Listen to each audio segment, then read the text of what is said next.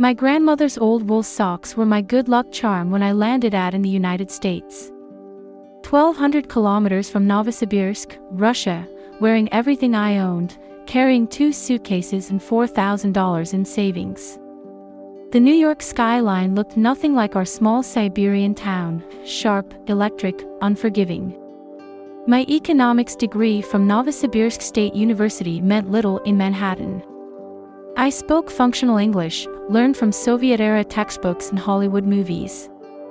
Wall Street felt like another planet, men in crisp suits, rapid conversations, and energy I'd never experienced.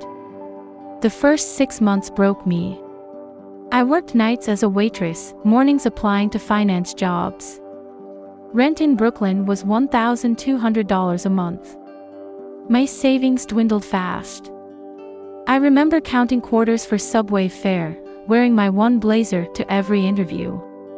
Rejection became my constant companion. My breakthrough came unexpectedly.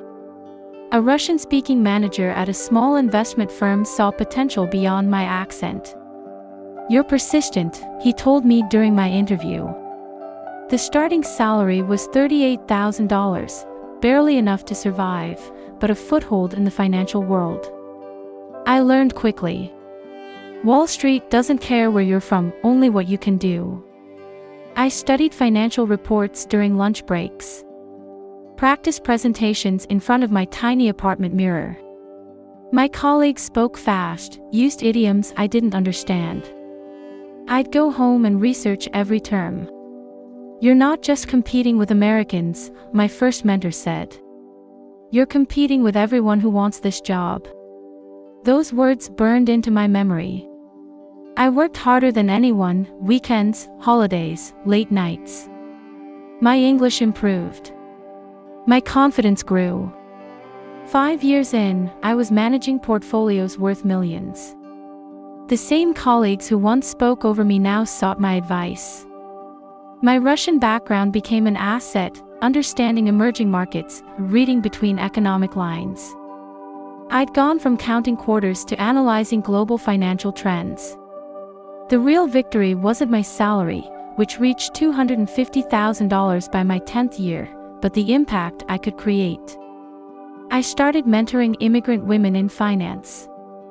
Women like me, who arrived with dreams and determination but needed someone to show them the path.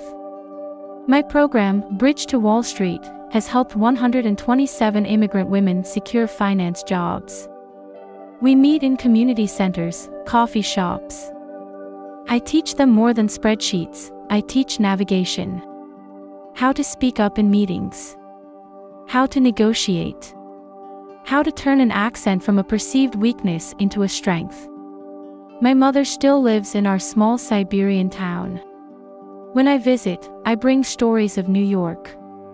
She looks at me differently now, no longer the uncertain daughter who left, but a woman who built something from nothing. "You made our family proud," she tells me, her eyes glistening. Last year, I bought my parents a house. Not with Wall Street money, but with the consulting work I do on weekends. Teaching has become as important to me as trading. Each woman I help feels like reclaiming a piece of my own journey. The wool socks are framed in my office now. A reminder that success isn't about where you start, but how hard you're willing to work. New York didn't give me anything. I carved my space, inch by inch, interview by interview, dollar by dollar. My accent remains. My determination stronger.